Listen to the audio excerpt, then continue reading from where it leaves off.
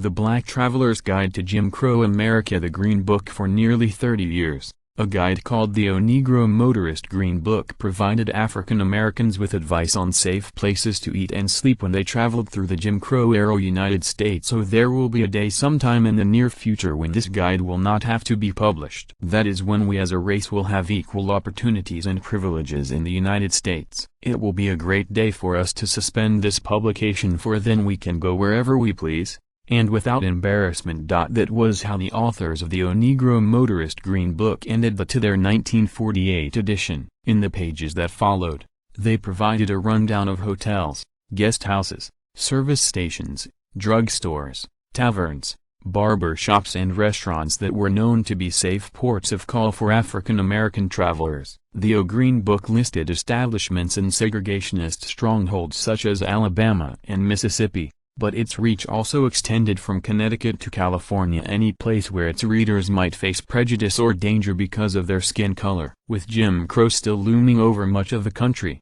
a motto on the guide's cover also doubled as a warning: "Oh, carry your green book with you, you may need it." Victor Hugo Green, first published in 1936. The Green Book was the brainchild of a Harlem-based postal carrier named Victor Hugo Green. Like most African Americans in the mid-20th century, Green had grown weary of the discrimination blacks faced whenever they ventured outside their neighborhoods. Rates of car ownership had exploded in the years before and after World War II, but the lure of the interstate was also fraught with risk for African Americans.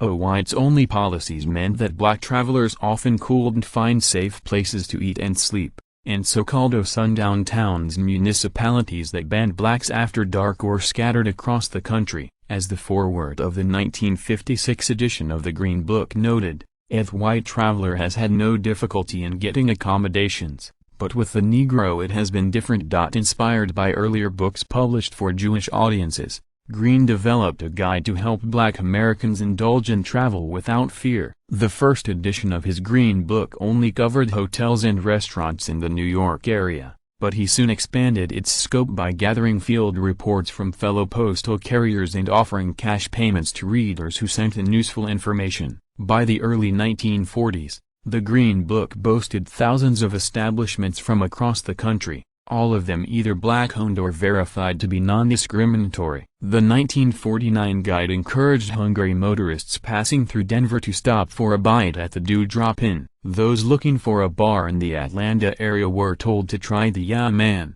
Sportsman's Smoke Shop or Butler's. In Richmond, Virginia, Rest a Bit was the go-to spot for a ladies' beauty parlor. Cover of the 1956 O Green Book.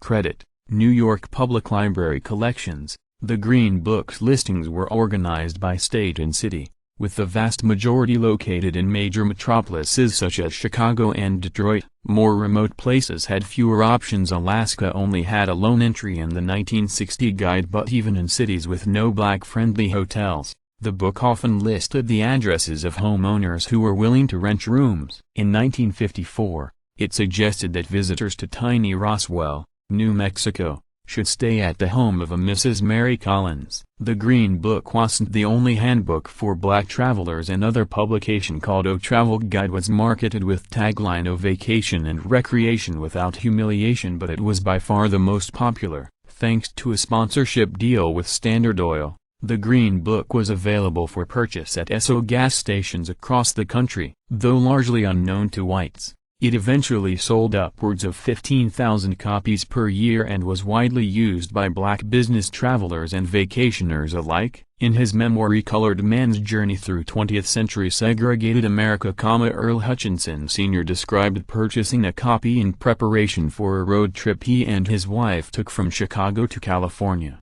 The Green Book was the Bible of every Negro highway traveler in the 1950s and early 1960s, he wrote. You literally didn't dare leave home without it. 25th anniversary edition of the O Green Book. Credit: New York Public Library Collections. As its popularity grew, the Green Book expanded from a motorist's companion to an international travel guide. Along with suggestions for the United States, later editions included information on airline and cruise ship journeys to places like Canada, Mexico, the Caribbean, Africa and Europe. Oh, we know a number of our race who have a long-standing love affair with the tempestuous city of Paris, the 1962 Green Book noted. The guide also offered travel tips and feature articles on certain cities. The 1949 edition shined the spotlight on Robbins, Illinois, a town owned and operated by Negroes. In 1954, readers were encouraged to visit San Francisco, which was described as fast becoming the focal point of the Negroes' future. In offering advice to its readers, the Green Book adopted a pleasant and encouraging tone. It usually avoided discussing racism in explicit terms. One article simply noted that as Negro travelers' inconveniences are many, but as the years passed it began to champion the achievements of the civil rights movement. In one of its last editions in 1963-64, it included a special "Oh, Your Rights, Briefly Speaking" feature that listed state statutes related to discrimination in travel accommodations. "Oh, the Negro is only demanding what everyone else wants," the article stressed. "You is guaranteed all citizens by the Constitution of the United States." Victor Hugo Green died in 1960 after more than 2 decades of publishing his travel guide. His wife Alma took over as editor and continued to release the Green Book in updated editions for a few more years, but just as Green had once hoped, the march of progress eventually helped push it toward obsolescence. In 1964, the Civil Rights Act finally banned racial segregation in restaurants, theaters, hotels, parks and other public places. Just 2 years later, the Green Book quietly ceased publication after nearly 30 years in print.